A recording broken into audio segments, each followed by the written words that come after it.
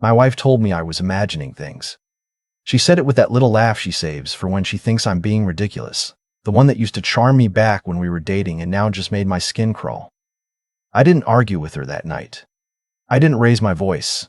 I just nodded, kissed her forehead the way I always did before bed, and waited until her breathing went slow and even next to me. Then I got up, walked downstairs in my socks, and started moving money. By the time the sun came up over our backyard in Cedar Park, Texas, I was halfway to my brother's house in Round Rock with 2 duffel bags, my laptop, and a manila folder thick enough to end her entire life as she knew it. My name is Ethan. I'm 44 years old. I've been a structural engineer for 18 years, and for the last 6 months I'd watched my wife turn into a stranger, while she told me over and over that I was the one with the problem.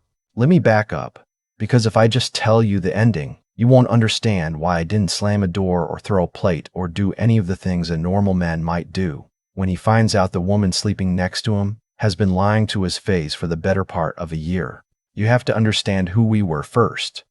Who I thought we were. Megan and I met at a friend's wedding in Austin when I was 26. She was a bridesmaid, I was one of the groomsmen, and we spent the whole reception trading dumb jokes about the DJ song choices. She laughed at everything I said, which I now realize should have been a warning sign, but at the time felt like the first good thing that had happened to me in years. We got married 3 years later in a little chapel outside Dripping Springs, and I remember standing at the altar, thinking I was the luckiest guy in Central Texas. We had our daughter Hannah 2 years after that, and our son Caleb 2 years after Hannah. Megan brought another child into the marriage too, a boy named Jordan from a relationship she'd had in her early 20s. Jordan was 7 when I met him, and by the time he was 9, I'd stopped thinking of him as her son. He was mine. I was the one who taught him to ride a bike in the cul-de-sac behind our first apartment. I was the one who sat through every single one of his terrible middle school band concerts and clapped like he'd just performed at Carnegie Hall. I was the one who told him the truth about shaving, about girls, about how to change a tire on the side of the highway when your phone is dead. Jordan was 16 now, a junior in high school, and he called me Dad, not stepdad. Dad. That word meant something to me that I can't put into a sentence without sounding soft, so I won't try. We had a good life. I had my engineering firm, a partnership I fought for over a decade to earn. Megan had her real estate business, which she built up from scratch after Hannah was born. We owned our house outright, a 4-bedroom on a quiet street with a big pecan tree in the front yard. We had college funds for all 3 kids, a joint savings account for emergencies, and a retirement portfolio that was finally starting to look like something. We weren't rich, we were comfortable, we were solid. Or at least that's what I thought until last March, when I started noticing that my wife was disappearing. It started small, the way these things always do. She'd come home from a showing an hour later than she said she would. Her phone, which had always been face up on the kitchen counter, started living face down in her purse. She signed up for a new gym across town even though our subdivision had a perfectly good one, and she started going at hours that didn't make any sense. 6 in the morning on Tuesdays, 9 at night on Thursdays. When I asked her about it, she said she needed time for herself. I said I understood. I did understand. Marriage is long, people need space. I'm not the kind of man who tracks his wife's every step. But then the credit card statement came. I handle the finances in our house. Always have. Megan hates numbers and I like them. So we split that chore the way we split everything else, based on who was better at what. That Saturday morning, I sat down at the kitchen table with a cup of coffee and started going through the month's charges like I always did, checking them against receipts, making sure nothing looked off. And something looked off. There was a charge from a hotel in San Antonio, $240. A Tuesday night in February. Megan had told me she was at a continuing education seminar in Houston that week. I didn't say anything. Not yet. I pulled up her calendar on our shared family account. The one she'd forgotten she'd connected to my phone 3 years ago, when we were trying to coordinate the kids' schedules. There was nothing on it for that Tuesday. I cross-referenced her business emails, which I had access to because I'd helped her set up the domain when she started her LLC. There was no Houston seminar. There had never been a Houston seminar. My hands didn't shake. My stomach didn't drop. I want to be honest about this part, because I think a lot of guys tell the story wrong when they tell it afterward. They say they felt their world collapsing. I didn't feel that. I felt the exact opposite. I felt very, very clear, like someone had just wiped a foggy windshield in front of my face. Everything suddenly looked sharp and clean and bright. The missing hours, The new gym. The phone that had to stay face down. The way she'd started buying a new kind of perfume. The way she'd been picking fights with me about things that didn't matter. The dishwasher loading. The thermostat. The brand of coffee I bought. Every single one of those little moments clicked into place at once, and I understood. So I did what I do. I gathered information. That week I drove down to a Best Buy in Georgetown and paid cash for a cheap laptop and a USB drive. I didn't use our home Wi-Fi for any of what came next. I used my phone's hotspot, and when I needed to look at something sensitive, I sat in the parking lot of a Starbucks 2 towns over. I wasn't being paranoid. I was being careful. There's a difference. And anybody who tells you otherwise has never had to protect their children from somebody they thought they could trust. I logged into our iCloud account from the new laptop. Megan had her own Apple ID. But years ago, we'd set up family sharing for photos so that Jordan's baseball games and Hannah's school plays would all show up in one place. She'd never bothered to turn it off. Every photo her phone took, every screenshot she saved, synced to a shared library I could access with 2 clicks. I scrolled back 6 months. It took me about 4 minutes to find what I was looking for. His name was Derek. He was 32. A personal trainer at her new gym. The kind of guy who takes shirtless selfies in the mirror and thinks a protein shake is a personality. There were photos of him in our bed. There were photos of him in our bed. There were photos of her in his apartment, which I later figured out was a rental off Palmer Lane. There was a video, which I watched exactly 3 seconds of before I closed the laptop and sat in that Starbucks parking lot for 20 minutes staring at the steering wheel, breathing in through my nose and out through my mouth the way a therapist had once taught me when my father died. And then I kept going. Because I had to know everything before I did anything. Over the next 3 weeks, I built what my lawyer would later call the most organized infidelity case he'd seen in 20 years of practice. I pulled 6 months of credit card statements, both the joint account and her business card, and highlighted every charge that didn't match a showing or a client lunch. There were a lot of them. There were dinners at restaurants I'd never heard of. There were charges at a lingerie store in the Domain. There was a weekend at a bed and breakfast in Fredericksburg in April. The same weekend she'd told me she was visiting her college roommate in Dallas. I called the roommate under the guise of planning a surprise birthday party. Megan hadn't seen her in 2 years. I hired a private investigator out of Austin, a retired cop named Frank who charged me $1,800 up front and had a full file on Derek within 10 days. Derek had a girlfriend, by the way, a nice woman named Carissa, who taught elementary school in Pushley and had no idea what her boyfriend did on Tuesday and Thursday nights. Frank got me photographs, dates, times, locations. The kind of evidence that makes lawyers smile. I consulted with 3 divorce attorneys before I picked one. Her name was Priya, and she was the kind of lawyer other lawyers warned their clients about. She was small, polite, and absolutely ruthless. She walked me through Texas community property law the way a surgeon walks a patient through a procedure, step by step, making sure I understood everything before we moved forward. Texas is a community property state, which means anything acquired during the marriage gets split 50-50. But there are exceptions. There are ways to protect separate property, ways to protect gifts and inheritances and anything that was yours before the wedding. There are ways to move the kids' college funds into irrevocable trusts so that no judge, no matter how sympathetic to a cheating spouse, could touch them. There are ways to document your case so thoroughly that the other side's lawyer takes one look at the file and tells his client to take the deal. I did all of it. I moved the kids' college funds into 3 separate 529 plans with irrevocable trust language, one for each child, with myself as the sole custodian. I took the inheritance from my mother, which had been sitting in a joint investment account even though it was legally separate property, and I moved it into an account in my name only. I refinanced the second mortgage we'd taken out on the house 2 years ago, the one Megan had wanted for her business expansion, and I paid it off entirely with a portion of my mother's money, which under Texas law meant I now had a significant separate property claim on the house itself. I changed the passwords on every account I had legal right to change. I made copies of every document in our home filing cabinet, every tax return, every business document, every insurance policy, and I put the originals back exactly where I found them. And every night I came home. I kissed Megan. I ate dinner with my kids. I helped Hannah with her math homework. I watched a movie with Caleb on the couch. I listened to Jordan complain about his history teacher. I lay in bed next to my wife and let her put her hand on my chest the way she'd done for 17 years. And I said I love you back when she said it first, because if I didn't, she would have known something was wrong.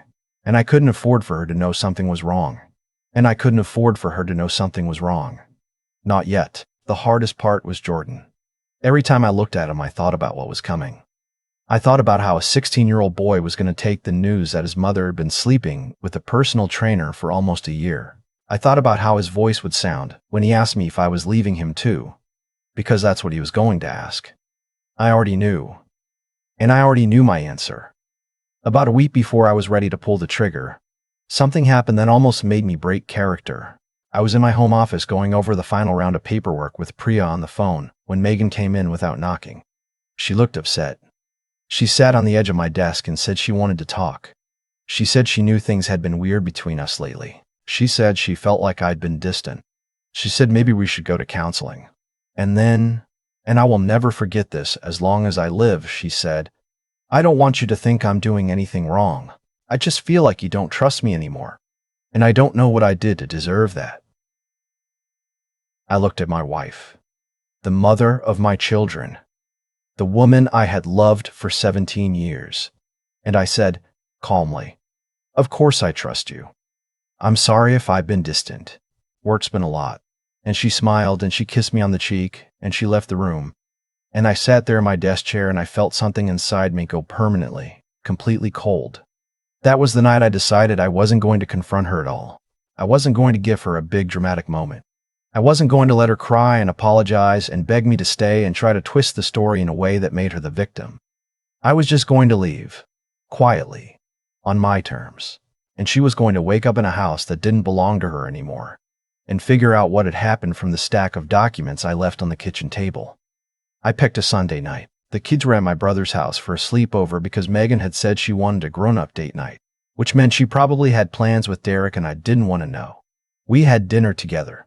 I cooked salmon, roasted vegetables, the same meal I'd made her on our first anniversary. She drank 2 glasses of wine. She laughed at something on the TV. She went to bed at 10 and was asleep by 10:15 because she'd taken a sleeping pill, which she'd been doing more often lately. Probably because her conscience was louder than she wanted to admit. I waited until 11 to make sure. Then I started packing. I'd already moved most of my important things out over the previous 2 weeks, a few items at a time, stored in a unit I'd rented in Leander. What was left in the house at night was mostly clothes, my work laptop, my grandfather's watch, and a box of photographs of the kids that I wanted to keep. I packed 2 duffel bags and a backpack. I was careful not to take anything that wasn't clearly mine. Priya had been specific about that. Take only what you can prove is yours. Leave everything else for the lawyers to sort out. I went into each of the kids' bedrooms even though they weren't there.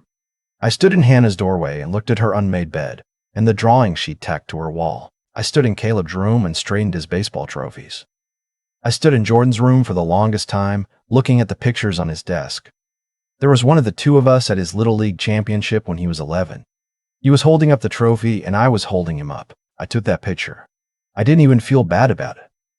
At 1 in the morning, I walked downstairs to the kitchen. I'd been writing Megan's letter in my head for 3 weeks, and the final draft was in my laptop bag. I printed out 2 copies on the printer in my home office, along with the full packet Priya had prepared. Divorce petition. Protective order documents regarding the children's accounts. A detailed summary of evidence. Copies, not originals. Photographs of her and Derek. A list of every lie she had told me in the last 6 months, cross-referenced with dates and documentation.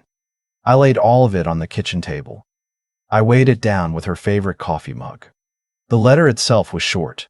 I'd had a lot of time to think about what I wanted to say, and it turned out I didn't want to say much. I wrote that I knew. I wrote that I had known for a long time. I wrote that I had protected our children from what she had chosen to do to our family, and that she would find that the kids' college funds and my mother's inheritance were now legally out of her reach. I wrote that my attorney's contact information was in the packet. I wrote that I would be in touch about the kids, and that if she fought me on custody, the evidence I'd collected would become part of the public record, and Derek's girlfriend would be the least of her problems. I wrote that I didn't hate her. I didn't have the energy for hate anymore. I just needed her to understand that the version of our life she had been living was over, and I was the one who got to decide how the new version looked. I signed it, put my keys to the house on top of the coffee mug, and walked out the front door. My brother Travis lives 20 minutes away. He'd known about everything for about a month, because I'd needed to tell somebody, and he was the only person in the world I trusted with it. He was awake when I pulled into his driveway at 1:30 in the morning. He didn't say anything. He just took one of my bags, poured me a glass of bourbon, and sat with me on his back porch until the sun came up. I picked up the kids from his house at 7. I told them the truth, all three of them, sitting at Travis's kitchen table over scrambled eggs. I told them that their mother and I were getting a divorce. I told them why. I didn't spare them the facts, because they weren't babies anymore, and they deserved to know what had actually happened, instead of whatever story Megan was going to spin. I told them we were going to be staying at Uncle Travis's for a few days, while I worked out a rental, and then we'd figure out the next part together. Hannah cried. Caleb went quiet, which is what he does when he's processing something. Jordan didn't say anything for almost a full minute, and then he looked at me, across the table, his jaw tight, the way it gets when he's trying not to show he's upset. And he asked me the question I'd been dreading for 6 months. He asked me if I was still going to be his dad. I stood up from the table and walked around to his side and put my hands on his shoulders, and I told him that he was my son and that he had been my son since he was 7 years old, and that there was no court in this country or any other country that was going to change that. I told him that I had already spoken to my attorney about formally adopting him, which Megan had refused to let me do for years because his biological father's parental rights were technically still in place, even though the man hadn't seen Jordan since he was a toddler. I told him we were going to finish what should have been finished a long time ago, and I told him that I loved him, and he hugged me and he didn't let go for a long time. Megan woke up around 8. I know because she started calling me at 8:04, and she didn't stop calling for about 3 hours. I didn't answer. Priya had been clear, no direct contact. Everything goes through the lawyers now. Around noon, Megan's sister called me. I let it go to voicemail. Around 2, Megan herself showed up at Travis's house, and Travis, bless him, met her on the front porch with his arms crossed and a very polite suggestion that she speak to her attorney. She left crying. I watched from the upstairs window. I didn't feel anything. The next 6 months were the ugliest of my life, and also the most satisfying. Derek's girlfriend Carissa found out about the affair on the Wednesday after I left, because Frank the PI anonymously mailed her a packet of photographs. I didn't ask him to do that. He told me later that he does it as a matter of professional courtesy whenever the situation calls for it. Carissa dumped Derek that same day. She also called the gym where he worked because apparently Derek had a policy against fraternizing with clients, and he was fired by Friday. I heard through a mutual acquaintance that he moved back in with his mother in Lubbock. Megan fought me on custody at first. She hired a lawyer who promised her the world, told her she'd get the house and half the retirement and at least joint custody. Then Priya sent that lawyer the evidence packet. I'm told the meeting where her attorney explained the reality of her situation was a short one. She agreed to everything. I got the house because of my separate property contribution. I got primary custody of all 3 kids, including Jordan, whose biological father signed away his parental rights within a month because, as it turned out, he didn't actually want to fight for a son he hadn't bothered to meet in 15 years. The adoption went through the following spring. The college funds stayed locked exactly where I'd put them. My mother's inheritance stayed mine. Megan got her car, her half of the retirement that had accumulated during the marriage, and a spousal support payment that ended the day she signed the papers. She moved out of Central Texas entirely, took a real estate job in Houston, and I don't hear from her more than once a month, and only about the kids. Hannah, for a long time, didn't want to talk to her. Caleb sees her every other holiday and doesn't say much about it. Jordan hasn't spoken to her since the day she moved out. He told me once, about a year after everything, that he didn't hate her. He just didn't have anything to say to somebody who had lied to all of us for that long. I told him that was a grown-up feeling, and that he got to decide how he felt about his own mother, and I would never push him in either direction. He nodded and went back to his homework, and I didn't bring it up again. I don't tell the story to make myself sound smart or heroic. I tell it because when I was in the middle of it, back when I was sitting in Starbucks parking lots with a burner laptop and trying to decide what kind of man I wanted to be, I would have given anything to hear from another guy who had been where I was and come out the other side in one piece. So here it is. You can be betrayed by the person you trusted most in the world, and you can survive it. And you can protect your kids, and you can come out the other side with your dignity intact. You don't have to yell. You don't have to break anything. You don't have to become the kind of person who hurts people back. You just have to be patient. You have to be thorough. You have to be willing to sit quietly across the dinner table from somebody who is lying to your face for as long as it takes to protect what matters. And when the time comes, you don't slam the door on your way out. You close it softly, because your kids are sleeping, and the next chapter of their lives starts in the morning. And it's your job to make sure they wake up somewhere safe. That's what a father does. That's what I did. And I would do it again tomorrow.